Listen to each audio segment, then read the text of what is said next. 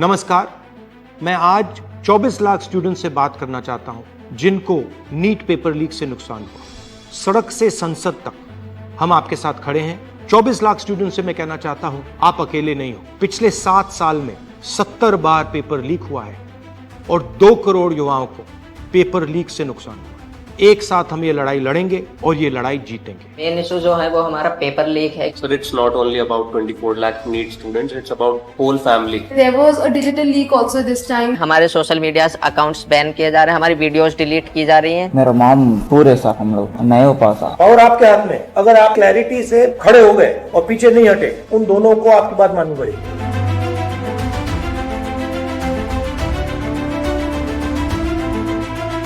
So we all have come here to talk about NEET exam. We all gave NEET 2024 exam.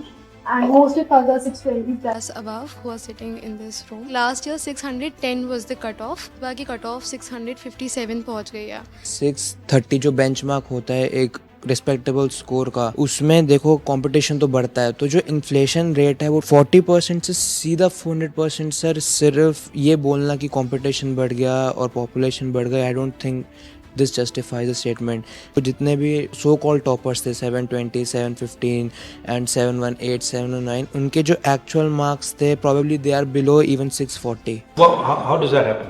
So maybe I feel that there are major 4 reasons. The first one is obviously paper leak. Second was that there was a digital leak also this time, like on Telegram channels, or majorly there were other platforms as well.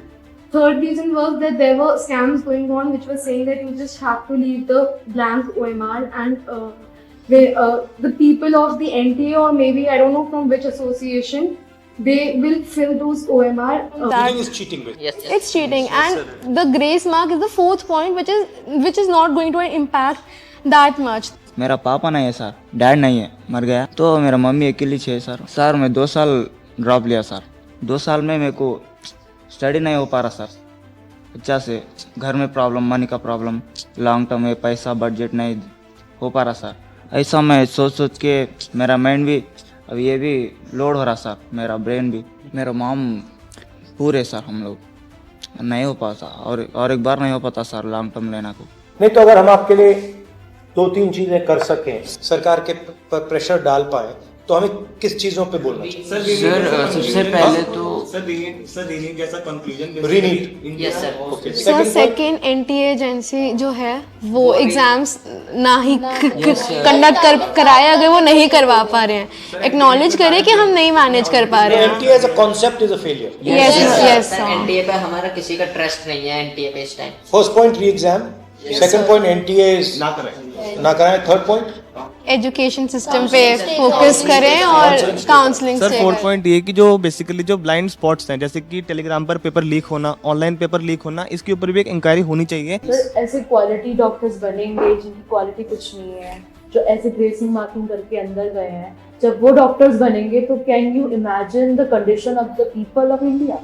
आपको क्या लगेगा? आप अगर कोई operation करवाने जाएगा, क्या वो वापस लौट के आ पाएगा? हमारे पास इतने सारे केसेस होते हैं, मतलब हमारे नोन में कि भाई किसी को और का पेशेंट, इसका स्टेंट डालना है, उसका इंटेस्टाइन निकलवा दिया, उसका किडनी निकलवा दिया।